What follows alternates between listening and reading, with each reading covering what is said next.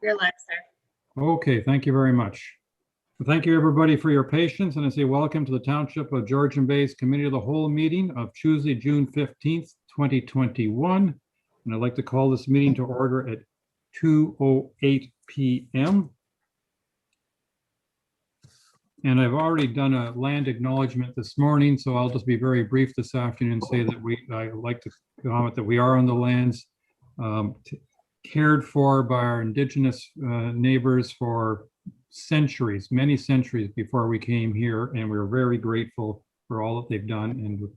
And with that, I would like us to see whether anybody has any pecuniary interest to declare in regard to listening to the OPP.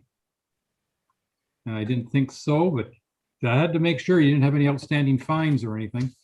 And with that, we are pleased to welcome Inspector Joseph Evans from the interim detachment commander of our closest detachment over at Midland. And sir, I'm going to give the meeting over to you for now. Thank you very much, Your Worship, and good afternoon, everyone. Thank you for having me. It's been quite a while since I've spoken to you all. I think the last time was in person just in the first year that I was here, so I'm just closing in on the second year. So I will ask if you can share the desk, whoever's operating the logistics of the meeting here, and we can put up the report that was sent in. Can you do that, Karen? Yeah, would you like me to post the report on the screen? If you can, thank you. Just for everyone to see. And I've kind of changed things up a little bit with the report. I found the other one a little bit drab, so I wanted to add some different colors and photos along with each quarter as we go. So this being the first quarter, of course, from January to March. But let me know if you feel like speaking up to the changes, hopefully, if you remember the old document. So we'll go into page 3 with community events. If you can, there we go. Can we see that okay? Yeah, that's it. And we'll go to page 3, just with community events. So February the 11th, we got together with other partners in the communities regarding providing the new service at 211. The OPP detachments of Simcoe County, along with Barrie Police Service, South Simcoe Police Service, County of Simcoe, Simcoe County Paramedics, we collaborated to launch the 2011 awareness campaign. So, 211 awareness campaign. And 211 is a free, confidential, 24-hour a day, 7-day a week helpline. Connects people to local food programs, income and housing assistance, along with home support services, mental health services, substance use or abuse support, and so much more. It's done they do this in over 150 languages. Navigators can help navigate the various COVID-19 relief programs, and it's available by 211, simple dial of 211 on your cell phone, or 211.ca, and there is text messages. No one has been able to, but no one's been able to confirm whether those text messages are actually working yet or not. And we in the community understand, especially during the pandemic, that people are struggling, and the community partners are teaming up to ensure that our residents know that they are not alone. And we'll do what we can to assist, but help starts now with 211. Under the COVID-19 update, as you all know, during January through March, there was many various lockdowns and so on from Premier Ford down in Queen's Park. And just as of last Friday, June the 4th, we finished another lockdown. So I'm not going to go into that as much as, but I will speak to the complaints that we received, and we did receive considerable complaints, a lot of them with short-term rentals. People that own the short-term rentals trying to get folks, finding a way for folks to come up and rent their properties. It's beautiful up here, I get it, but the whole idea is that we stay in our own health, public health unit areas to prevent the spread of this pandemic disease. So our main complaints were sorry about that. The main complaints were the size of people's gathering. We had a lot here that we saw during the winter, and snowmobilers that would come down to the dock lunch, and you'd see 50 snowmobilers down there all packed together, helmets off, having a bite to eat at the dock lunch. That's great. But so we educated, and then we started educating with enforcement, which seems to be understood a little bit better than just speaking to people, which is sad. But however, that was it, and people not wearing masks, whether they were in open or enclosed areas, some people just fought the legislation on that. So we did, we exercised all of this, whether it was on the roads, in towns, in buildings, snowmobile trails. We exercised it all over our area, and for the most part, people were happy to assist us in our endeavors. The testing of members in Southern Georgian Bay, I would say for those that wanted to be vaccinated, received the vaccination. Most of us now have received our second dose. So we feel confident going into any homes or areas. Plus, we're still mandated, and we have protocols in place that we shall wear PPE at all times. So even amongst the detachment here, in any common areas, you shall wear your PPE. That includes glasses and a mask. When you're outside, and I have been out doing foot patrol in different areas myself, and I'll see my officers wearing their masks, dealing with the community, and they'll also be wearing their latex gloves and glasses. So we are exercising it. We have had and received a few complaints where we have to get out of our car quickly and we don't have time to throw our mask on. But the first opportunity possible, officers are masking up properly, and are treating the public with that type of respect. So we'll move on to the next staffing updates. Now we've got a few updates. We've received some new people in, some of them experienced, as you can see right up the top. Conrad Edwards joined us from York Regional Police. He's come over as an experienced police officer. Alana Dirtnall joined us. She was OPP, but with Aurelia Detachment. She transferred on February the 10th, and she's been a great asset to the detachment. We had a competition last December, the 9th of December, and from that, our first prize winner was Sergeant Ezra Zukahauer. He comes to us from Central Region K9. He was a K9 handler for 17 years, 25 years on. He's up from the Huntsville area. So he's got a bit of, Bracebridge area.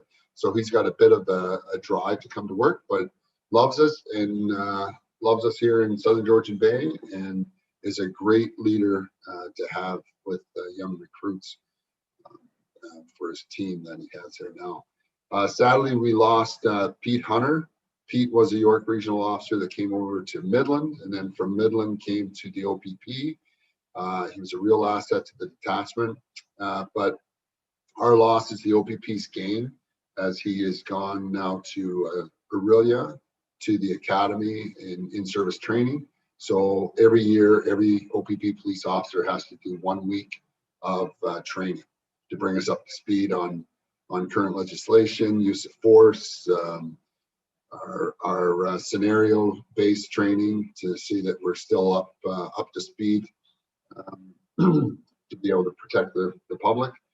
And he is now one of our instructors there. So, like I said, our loss is the OPP's gain. Just as late, we've received 2 recruits, PC Declan Weir and PC Journey Kerr. Both are just very, very young professional police officers, and they're coming along very, very well. We've received 6 recruits this year now, and which is better for us because we were hurting in the staffing department there for a bit.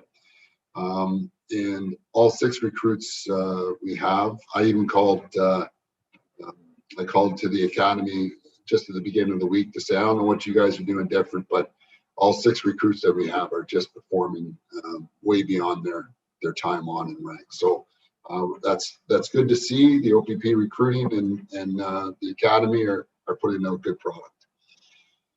Temporary assignments, we had Bryn, there's a bit of a spelling mistake there. It's PC Bryn, there's no A. Danke, he went to the emergency management unit in headquarters, my old unit, and he assisted with the transfer and the orders of all the vaccines that went around the province.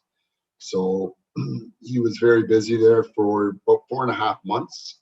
I put him off to that temporary assignment, and it's important that we do that with our folks, because then when they come back, they're more educated and they're better to help our own communities. So that would be the same as the officer underneath Bryn was Deborah Brown, and she went off to the child exploitation unit for 3 months, which is a very difficult position because you're working with young children that are exploited, and it's part of our job, and it's not an easy job. But she went there for 3 months, learned a lot, and again she comes back to share that knowledge with us here in Southern Georgian Bay and our communities that we please.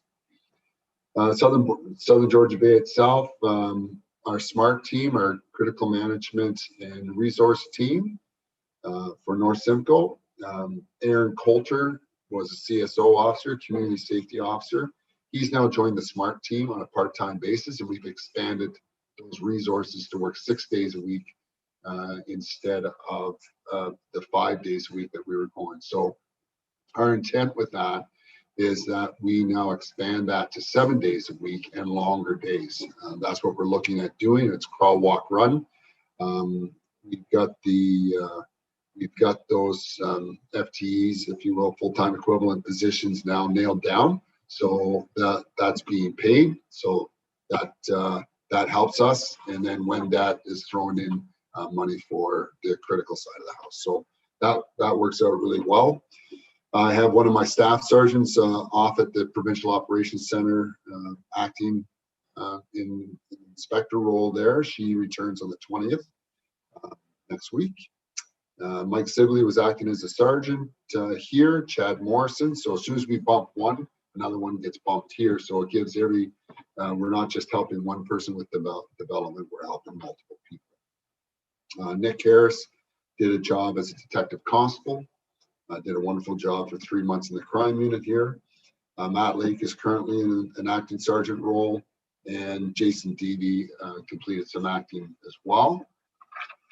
And we'll go off to the next page for detachment initiatives. So we always have our festive ride program. It's an important program and gives us that opportunity to make touch with the motoring public without getting in and out of the car and stopping an individual vehicle. So it was harder this year. Of course, everybody being masked up and socially distancing, it's difficult, but there's still the signs of impaired that we can exercise from a distance when we're on the roadway. And it's important that we are visible. And even up in our #1 zone, which is Georgian Bay Township, I asked for extra patrols and ride up there during the Christmas season, just with the snowmobiling we had. And I know that the lakes the bay didn't freeze that well off the start, but I know that there's alcohol and snowmobile seems to go together. So we did have a lot of snowmobile ride this year. It was a great season. And from January through to March, it was 7 days a week that we had the snowmobiles on the trails. I received a lot of phone calls from Georgian Bay snow riders saying what a difference it made. We had 2 accidents on the trail this year. We didn't have any impaireds, but we did have liquor license seizures. So open alcohol, but the thing was that we didn't lose any bodies, which is the biggest part of our job, is trying to keep people safe. And like I said, we had 2 PD accidents, property damage accidents, and that was it. So that's the whole idea behind that. And again, where the rides, where you see the rides up top were 143, their snowmobiles were a big part of that as well. Distracted Drive Initiative. At the end of March, you know, you can drive around a police car all day long. You don't see anybody on your cell phone. You get into your personal vehicle at the end of your shift, you drive to Canadian Tire, you see about 5 or 6 people on their cell phones. It's unbelievable. So our cars stick out better than you'd think. But because of this, we rented a van, and we had officers in a van with cruisers nearby, and we did an initiative to stop this distracted driving. And from the 20th to the 26th, we were writing anywhere from 5 to 11 tickets a day regarding distracted driving with people on their cell phones. So that's something that we want to stop, and I think we kind of set the pace there for a while, and I think it's looking around, I think it's time that we did it again. You'll see bail condition enforcement team. So where that comes from is we have people that are charged criminally, and when they're released on a Form 10, what we do is we put conditions on them so that it prevents the ongoing activity within our communities. We trust that they're going to stay within those conditions. However, one of my officers came up with this idea that we should be checking on them more frequently. Usually we just trust that the front line during their term of duty will drive around, and if it's not busy, we'll do a door knock here or there. And that's how the sergeants run their platoons. But then what we did is we went strictly to a bail condition. We call it a BSET, but bail condition enforcement team. We had Jason Deavy that just came off an acting sergeant stint.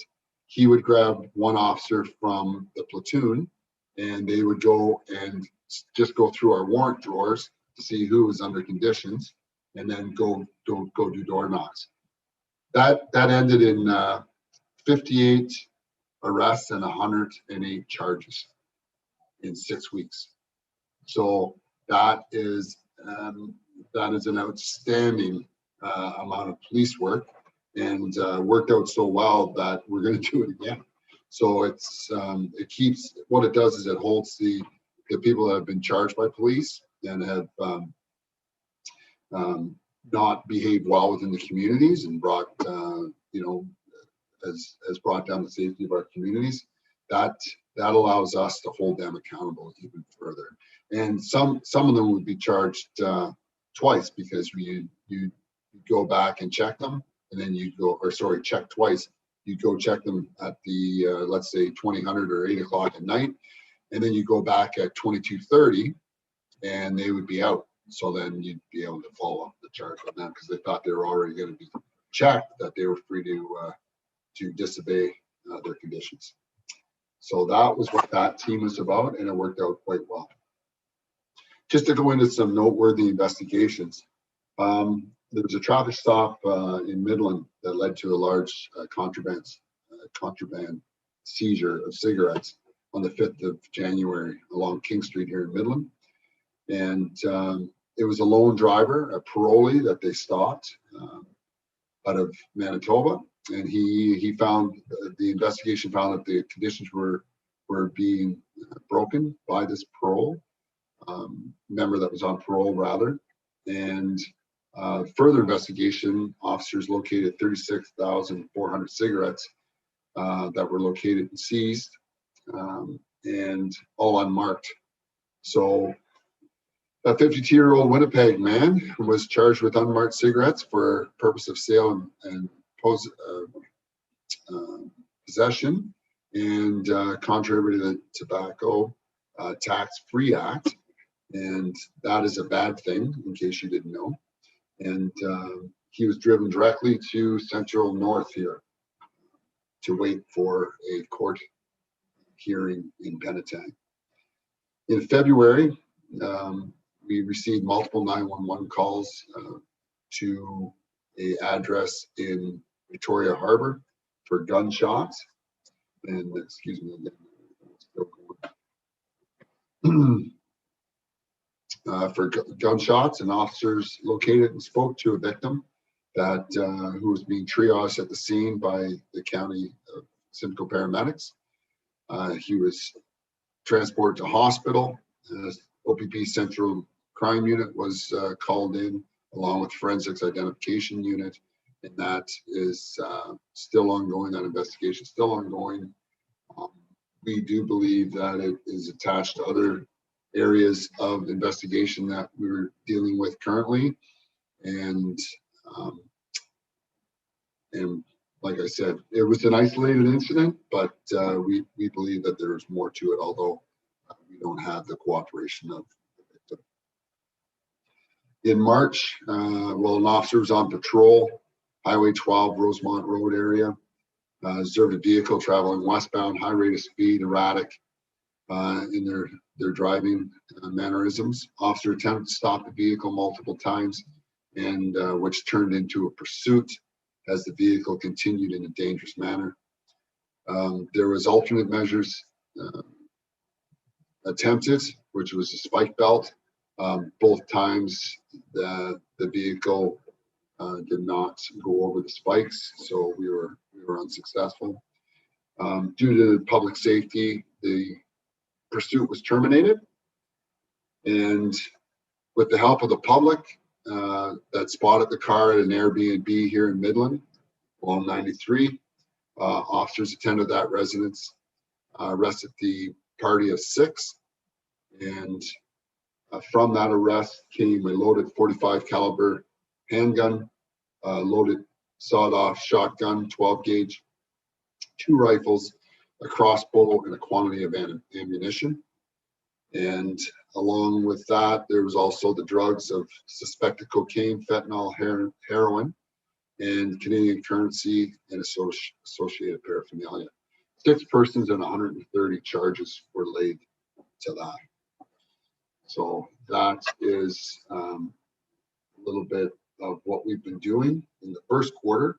I'll tell you just briefly off the top of my head, my street crime unit team last week here has been doing, they did one project in December of last year. Following that project, and this goes along with that shooting incident that I was speaking to in Victoria Harbor, there was a second project that was started.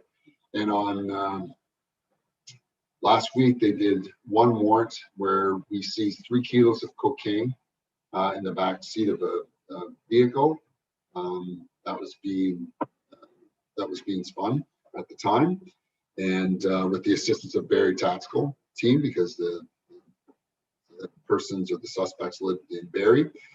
Once that arrest was completed, there was a second warrant that was executed at a second address where there was more drugs and paraphernalia and money to close, just over $100,000, I believe, that was seized. And so you probably would have seen that come out in the media.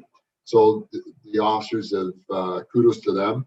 They've done a lot of work in a short period of time, and those would be the 2 biggest. So December was the first, and their rival was the number 2 that we just took down. And I have to tell you, last year when I first got here, beginning of 2020, there was a assault with a weapon when there was an ear cut off. These are between the 2 rivals, and there was another man that was shot several times. So these are the 2 rivals, and we've taken them both down now successfully. So that is excellent, and great work by the team here in SGB. We're going to move into the community events. And you see, I think this is the last time I saw your worship, and there was a couple folks along with you, and I think folks were doing something else for another video that day as well. But we put the flag up. This is something I added to the report, just because of you'll see the importance of Crime Stoppers and the public helping out the police, because without the public's help, the police cannot be as successful as we want. We're marked. Everybody sees us. Criminals don't go around with the flag on, so we don't know. So we have to do a little bit more. We have to play by the rules, which is right. But you can see the numbers of Crime Stoppers for Dufferin, Muskoka, and Simcoe, Dufferin, Muskoka. And you can see the assistance that it has given us as police officers to do our job. I mean, when you start looking at the tips that came in during 2020, and then since its inception. And then the cases cleared 70, the arrest 99, charges 422 charges. Look at the rewards approved are 11,000. Look at the drug seized, 140,000, 139 change. Property recovered 120,000, cash recovered 70,000. It's just amazing that how good this program works.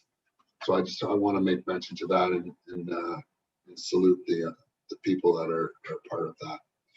Moving into the daily activity reporting for patrol hours, for cruiser patrol hours in Georgian Bay, 114.75. We don't have motorcycles. There was no marine in the first three. Going down to snowmobile, you'll see 93.25 hours.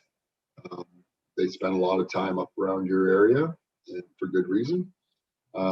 There's also a lot of cottages, so and when we get into the reports later, I'll come back to for the snow and around the cottages and the islands that people aren't there. That's the time that you're going to see your break-ins and thefts and so on and so forth. They have access to the islands in the wintertime when it's frozen. Foot patrol hours, 3 hours, and number of school patrol hours, 1 hour. And that's when we can do it around the schools, but not in the schools since COVID pandemic. Going into our violent crime, you'll see that pretty clean up in your area. That's a great thing. We're actually up a little bit in the assault, the abduction area, which is good. Going into the property crime, there's still some work to do there, and that's where I was talking about the theft unders, and that's the big thing that I asked both the Marine unit in the early and late seasons, as well as the summer too, if they're going by some of the islands, is to kind of park your boat there and do a walk around, leave a tag on a door saying that the OPP were there. It lets people feel good when they come in, knowing that we've been around and checked the property and checked for broken windows and doorknobs and stuff like that. So you'll see your theft under there for 5, and frauds. We're having a huge, more or less with COVID, the frauds have become more prevalent.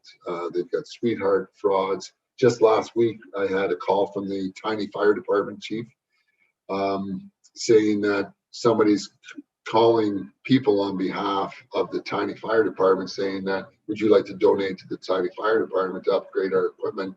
And he said, we haven't called anybody. We're not running any type of, and we don't do it that way. So looking for donations and stuff from the locality. So I did ask Dave Hobson to put something out to ensure that people aren't scammed and to ask questions. And if it doesn't seem right, make sure you do your homework before you start signing any checks. So that you would have seen that last week. Again, going into drug crime, nothing appearance and no one found it calls. The clearance rates, property crimes at about 40%. We have got some. I'd like to see that higher. Again, it's just by the time we find out, sometimes it's too late, and any evidence that we could collect is gone. Not saying that we're going to give up on it. We don't do that, or I've directed them not to do that. I thought it prudent to put in these traffic stop reporting because people think that we're just writing tickets, but we do a lot of traffic stops for investigations, whether it's stopping vehicles to look for break-in tools or see what's inside the back seat, are there kids strapped down, this type of thing. There's a lot, not just for safety, but specifically at night when vehicles are traveling around. That's the first thing I'm looking for, is what's in the back seat. If it is an SUV, you can see into the back area, and that's how they actually caught with all the Cadillac converter thefts lately. That's how the officers in in Aurelia caught the folks that were doing a lot of those catalytic converter thefts. They saw catalytic converters in the back. They asked them what's going on. Next thing you know, you got 2 Sawzalls. There you go. These are the guys that are stealing the catalytic converters from our area. So that was a good pinch, and that's how we get that kind of stuff. But going back to the traffic stops, you'll see that from in January there was 452 stops. In February, 423 stops, and in March, 598 stops. You can see how things grow. That'll keep growing into the summer now that there's more traffic. But that doesn't include the tickets. Those are just traffic stops that it's collecting. So I wanted that looked into, or wanted that in the reports so that you would see that officers are actually doing a lot of traffic stops. Going to the traffic charges under ICON. So for speeding, you're looking at 493, and this is detachment wide. Seatbelts 3, impaired 6, and distracted 1. So impaired 6, we got 6 impaired last Saturday here. So you're going to see a different number when it comes to next. And this is just for the big 4. Everything else covered down, you'll see another 1,000 tickets just below that. And that's that covers all your other HTA, your criminal code traffic, your CC non-traffic, and Liquor License Act, and then just your other tickets, insurance, and so on and so forth. So that totals to another almost 1,100 tickets. Moving on to collisions, you'll see that we had 2 fatal collisions this year, sadly. So we're already on par for last year. 15 personal injury accidents and 94 property damage accidents. The fatalities came from our snowmobilers this year, both into open water, and sadly we lost 3. And following that, I did have a friend of mine there that runs OPP Aviation. I gave Gary Miracle a call and asked him, I said, is there any possibility that you guys can get up, do a training flight, actually photo or video the bay to show people where it's open and not to venture out, because I didn't want to lose. That was 3 in one weekend, one Sunday, I believe. And I was right on the phone to Gary to say, okay, it looks like it's ice, but it's snow on the water and or slushy, and I don't want anybody else to venture out. So he did that for us right away. And I got Hobson to put that out on a Twitter post to make sure that people were notified of that. And of course, the causal factor of those fatals is inattentive driving. So that is what went down for that. And on the last page of the report, the motor vehicle collision, I thought this was important to share because it shows what can happen from year to year. 2019, there's 304 fatal road conditions, and the amount of fatalities that came from those collisions were 335 out of 75,000 accidents, motor vehicle accidents. In 2020, last year, there was 285. So you think, oh, well, we're doing better. This is all OPP patrolled highway. Excuse me. Fatalities totaled 305. So it's actually higher per accident rate. And there was a total of 55,000 accidents. So 20,000 accidents less, yet we have more fatalities.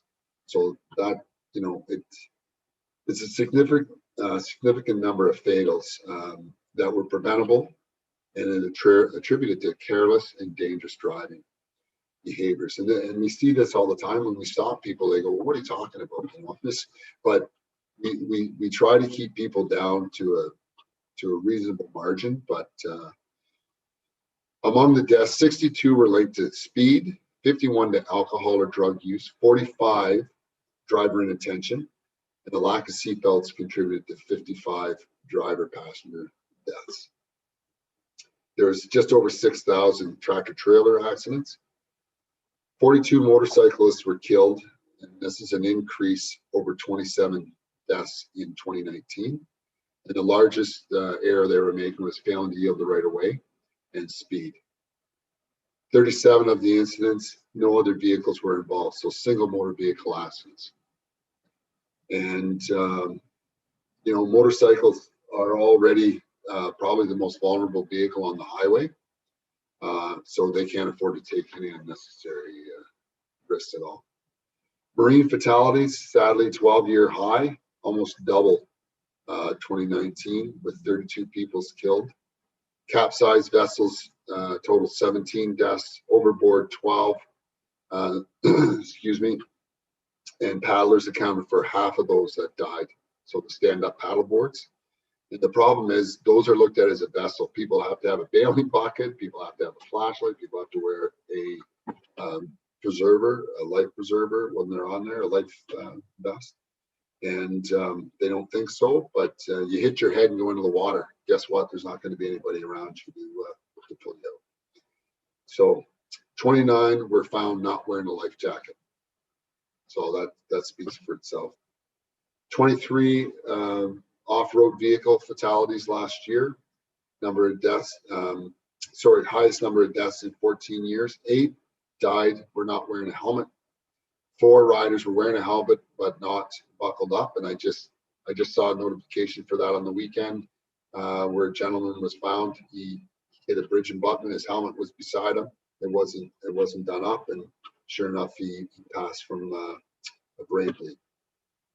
So this is the type of thing that we try to catch and correct.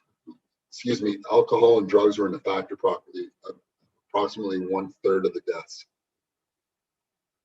OPP has responded to 15 snowmobile fatalities so far this season. That's 2019, 2020. 13 deaths during 2020 season. Driving too fast for conditions was the half of the fatalities. And we see that all the time. I even see that when I'm out in my personal sled with my family. The OPP is reminding snowmobiles to avoid riding on frozen waterways. We put that out. And to date, 3 people have died after their snowmobiles broke through the ice. And that we own that here in SGB. And sadly, I received calls after I had my my friend from aviation go up and take some photos and a video for us. I received calls saying, "Why didn't you do that before?"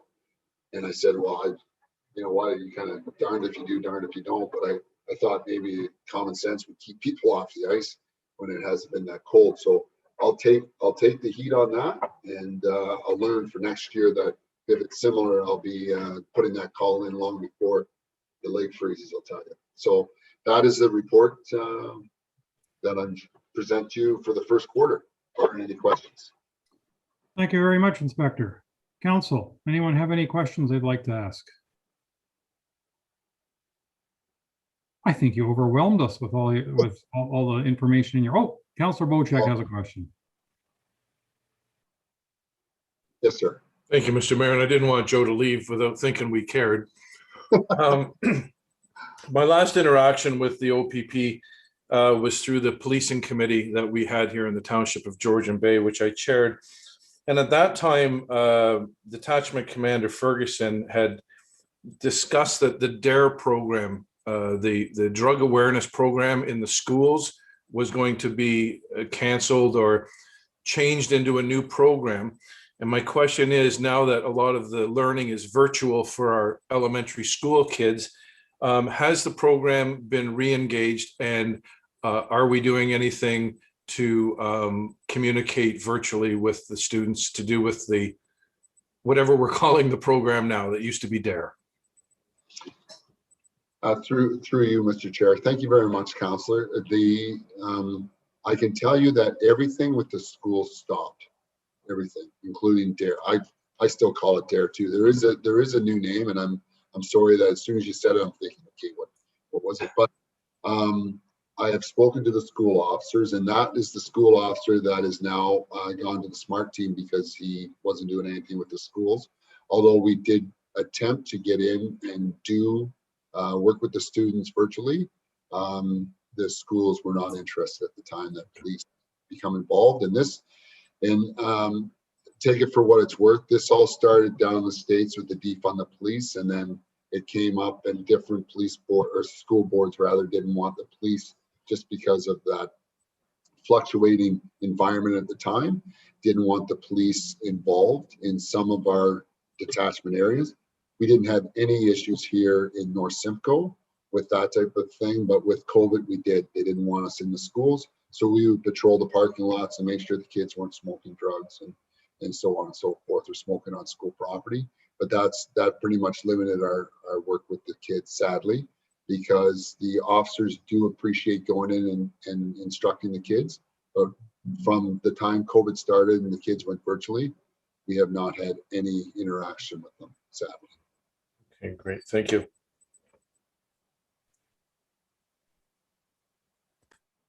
I've not seen any other hands raised. So I'm going to say, Inspector Evans, thank you very much for your report, and all the information is greatly appreciated. I wish it didn't have the extent of, I'll call it bad news in it that it does, but sadly, that's part of your job. It is. We greatly appreciate it. And I know that we as the general public are keeping you a little too busy with accidents on the highways and on our waterways, and obviously the trails in the winter.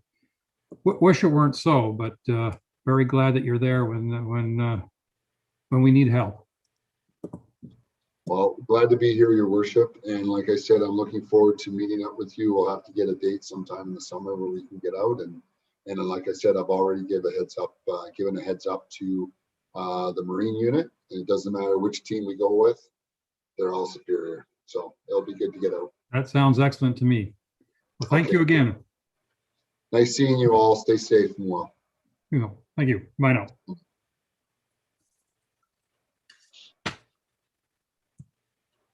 So, Ms. Way, do I understand we're going to adopt an agenda just so we can close the meeting? Correct. You are an interesting person. So I have moved by Councillor Bocek, seconded by Councillor Jarvis. Be it resolved, the Committee of the Whole does hereby adopt the June 15th, 2021 agenda as circulated. All those in favor? And that is carried. Anybody sign up for the open forum? No.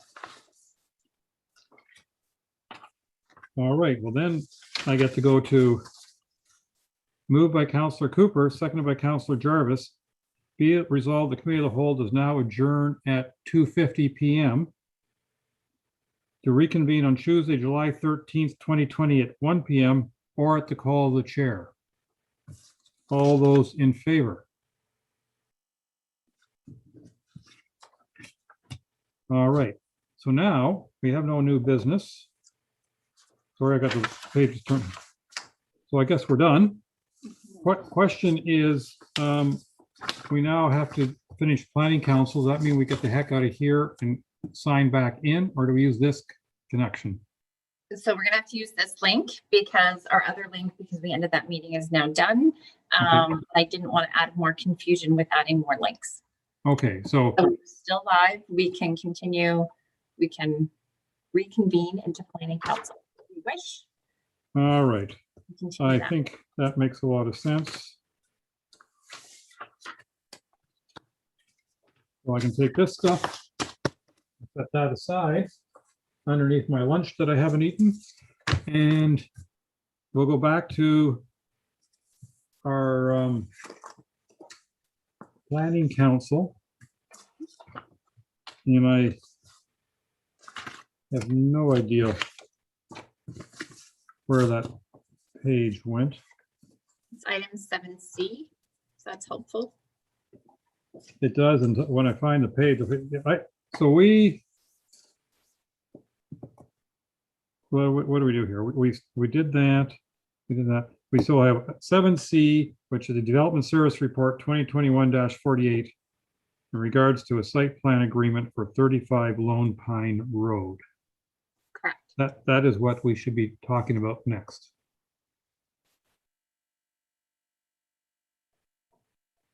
And I think Ms. Lemieux is going to talk to us about charging stations. Ms. Lemieux. Good afternoon. Just going to share my screen here. So this item on the agenda is regarding a amendment application to an existing site plan control agreement for the property located at 35 Lone Pine Road. So we are all familiar with the property, but again, for anyone potentially watching, so this is the property that's located to the south of the township offices and is currently, it currently has the Petro-Canada, the Tim Hortons, that plaza there with some restaurants and parking areas. So here's the aerial of the subject lands. And I've outlined this in red because this is really primarily the area we're speaking about today in regards to this amendment, is this lower parking area that's closest to the existing right-of-way of Lone Pine Road. It is important to note that these are actually township lands. However, these lands are under the control of the existing site plan agreement, given the wording of the agreement. So the applicants still need to amend that agreement to allow for any changes to happen on this portion of the property. So the purpose of the amendment to the site plan agreement is to facilitate the erection of 8 new electric charging stations that will be in the form of Tesla superchargers on the subject lands within the existing parking area. So this will result in a loss of 2 parking spaces for the development. However, the property still maintains compliance with the parking requirements of the zoning bylaw.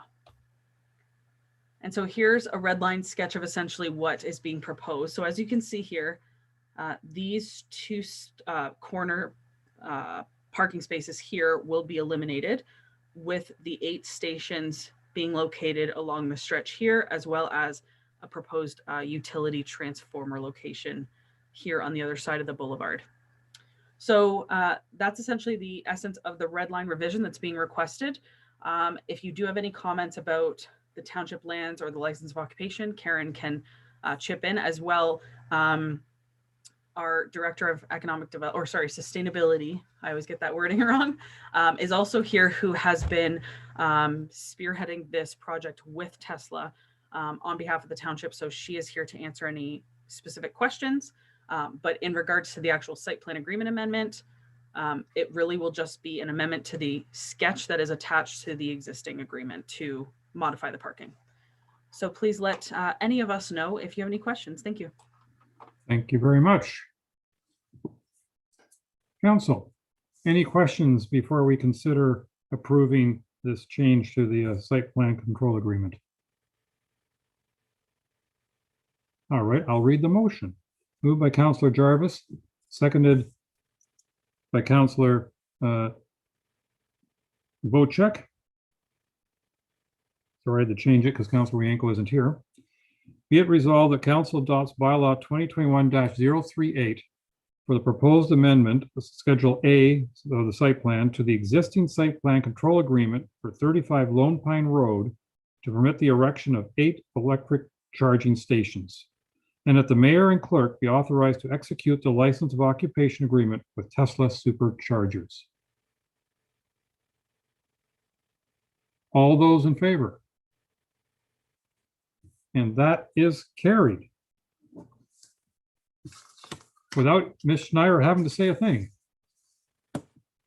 Okay, now going back to our agenda. Are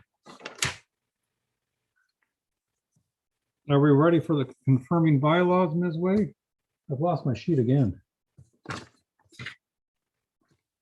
think we've done almost everything else, have we not?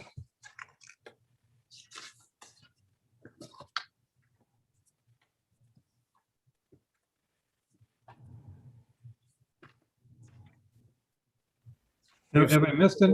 We fulfilled the planning council agenda.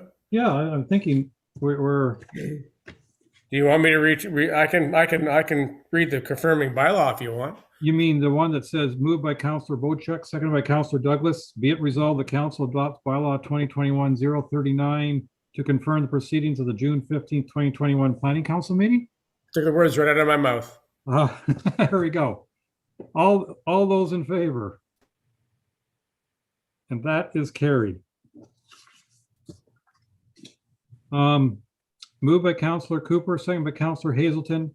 Be it resolved that Planning Council does now adjourn at 2:57 p.m. until Tuesday, July 13th, 2021 at 9 a.m. or at the call of the chair. All those in favor? And that is carried. And we're done. Thank you very much for the last 2 days, and hopefully we'll all do well in the meantime, and I hope we all get to enjoy the area for which we are the counselors over the next month, and we'll see you